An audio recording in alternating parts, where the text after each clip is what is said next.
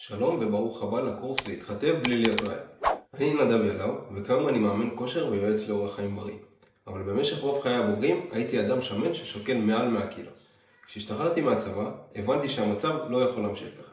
גם מבחינה בריאותית, אבל בעיקר כי לא הייתי אוהב את הגוף שלי. אז קיבלתי החלטה לרדת במשקל.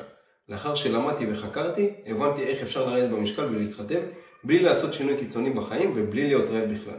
וככה הגעתי לגוף שרציתי, שבו אני נמצא היום. והיום אני רוצה להעביר לך את כל הידע הפרקטי על מנת שגם אתה תרד במשקל ותגיע לגוף שאתה רוצה. בקורס אתה תקבל מספר כלים, כמו איך מחשבים מאזן קלורי, היכולת לבנות תפריט תזונה לעצמך, ותקבל תוכנית אימון כללית המתאימה למתאמן המתחיל. אז מתחילים? קודם כל, בשביל לרדת במשקל צריך מספר דברים, שביניהם הוא הכי חשוב, זה החלטה אמיתית. בה אתה רוצה לעשות שינוי ולהתחיל ליישם את כל הכלים שתקבל בקורס בשביל לרדת במשקל. הדבר הראשון שנרצה זה להבין מה הביא אותך למצב בו אתה נמצא היום. ואתה תשאל את עצמך את השאלות הבאות. איזה הרגלים לא טובים יש לי עם אוכל? אני אתן לך כמה נקודות למחשבה ואתה תענה על השאלה עם כל התשובות שעולות לך לראש. לדוגמה, אוכל מעבר לתחושת צורך, שזה אומר כל ארוחה מסיים עם כפתור פתוח. לא אוכל ארוחות מסודרות. כל האוכל מתבסס על ג'אנק פוד, חטיפים ממתקים. אחרי שהבנו מה הבעיה ואיזה הרגלים הביא אותך למצב הנתון, אסביר לך למה זה בעיה. תשאל את עצמך את השאלות הבאות. האם זה תורם לי בעתיד, והאם זה פוגע לי בעתיד? אתן לך דוגמה. לאכול כל יום מזון מהיר בחוץ, או אפילו בבית, לא תורם לי בעתיד, וגם פוגע בי בעתיד. לעומת זאת, לאכול פעם או פעמיים בשבוע בחוץ, לא תורם לי בעתיד, אבל גם לא פוגע בי בעתיד. וזה אומר שאפשר לשלב את זה בתפריט. אז אחרי שהבנו את הבעיות, עכשיו נבין מה לא לעשות. ברגע שמקבלים החלטה לעשות שינוי ולרדת במשקל, מתחילים עם המון מוטיבציה, שבדרך כלל גורמת למספר טעויות. שהן גירעון קלורי גבוה מדי, שבסוף פוגע בך ויגרום לך לעלות כפול מהמשקל שירדת, העמסת אימונים בין אם זה חדר כושר או אירובי, והטעות הכי נפוצה שגורמת להרבה אנשים בדרך להישבר, זה להתחיל עם אובר מוטיבציה ושינוי קיצוני בחיים שלא נותן את היכולת להתמיד. אז אחרי שהבנו מה לא לעשות, עכשיו נבין מה כן לעשות. אני רוצה שתהיה במאזן קלורי שלילי. מאזן קלורי שלילי אומר לאכול פחות ממה שאתה שורף ביום. בטח אתה שואל איך אני יודע כמה אני שורף ביום. אז עכשיו נעשה חישוב כמה קלוריות אתה שורף ביום וכמה לאכול. שזה אומר המאזן הקלורי השלילי. קח מחשבון ותקשיב טוב. משקל גוף כפול 24 לגברים או 22 לנשים. את התוצאה נכפיל בהתאם לרמת פעילות שאתה עושה. זה הקלוריות שאתה שורף ביום. ואת התוצאה הזאת נכפיל ב-0.8. וככה הגעת לכמות קלוריות שאתה צריך לאכול על מנת להיות במאזן קלורי שלילי.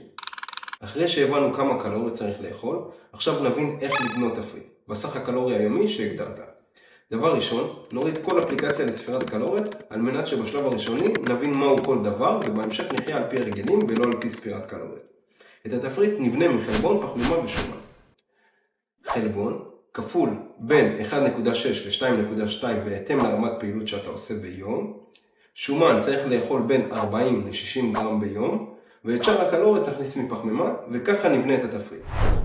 עכשיו אתן לך מספר טיפים בשביל להתחתב בלי להיות רעב בכלל. דבר ראשון, נבין מה זה נפח בארוחה ומהי דחיסות קלורית. דחיסות קלורית כשמה כן היא, הכמות קלורית שהמזון מכיל פר גרם, ונפח בארוחה זה הכמות שאותה נאכל ללא קשר לקלורית. לדוגמה, 100 גרם קשיו מכיל 553 קלוריות, לעומת 100 גרם אבטיח שמכיל 30 קלוריות. אז הקשיו הוא דחוס יותר מבחינה קלורית לעומת האבטיח, והנפח שנקבל ב-500 קלוריות באבטיח הוא הרבה יותר גדול. טיפ השני הוא משקאות זירו. משקאות זירו הן ללא קלוריות, מה שאומר שהם לא נספרים בסך הקלורי היומי. בנוסף לזה, הם גורמים לתחושת שובע וסוגרים פינה של מתוק.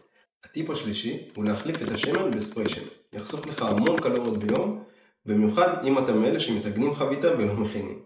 הטיפ הרביעי הוא לאכול אוכל מופחת שומן. לדוגמה, קוטג' 12% יש בו פי 2 קלוריות מקוטג' 3%. אז אחרי שהבנו איך בונים תפריט ומה השיטות להתחתב בלי להיות רעב, עכשיו אני אתן לך תוכנית אימון כללית המתאימה למתאמן המתחיל. דבר ראשון, אני רוצה שתבצע בין 2 ל-3 אימונים בשבוע, שכל אימון אורך בין 45 דקות לשעה. מה שאומר שאני רוצה שתקדיש בין שעה וחצי ל3 שעות מתוך ה-168 שעות שיש לנו בסך הכל בשבוע. בכל אימון אני רוצה שתבצע תרגיל אחד לכל קבוצת שרירים, שבכל תרגיל יהיה 3 סטים, שבכל סט תעשה בין 8 ל-10 חזרות. ובכל סט תגיע לקשב. התרגיל הראשון הוא סקווט. סקווט עם משקולת. התרגיל השני הוא משיכה באחיזה רחבה מפולי עליון.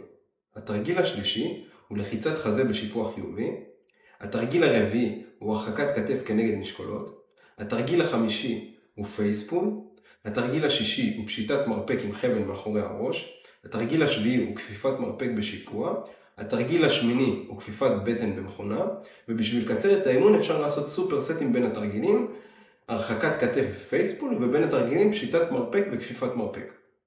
אז אחרי כל המידע שקיבלת, איך להתחתב בלי להיות רעב, הגיע הזמן ליישם. במידה ולא הבנת שאתה רוצה לשאול שאלה, אז הנה הזדמנות מעולה. אני מחלק 15 פגישות ללא עלות, שבפגישות האלה אנחנו נבין יותר את המצב הנוכחי ומה המטרה העתידית, ובכך נבנה תוכנית על מנת לכבוש כל יעד שתציב.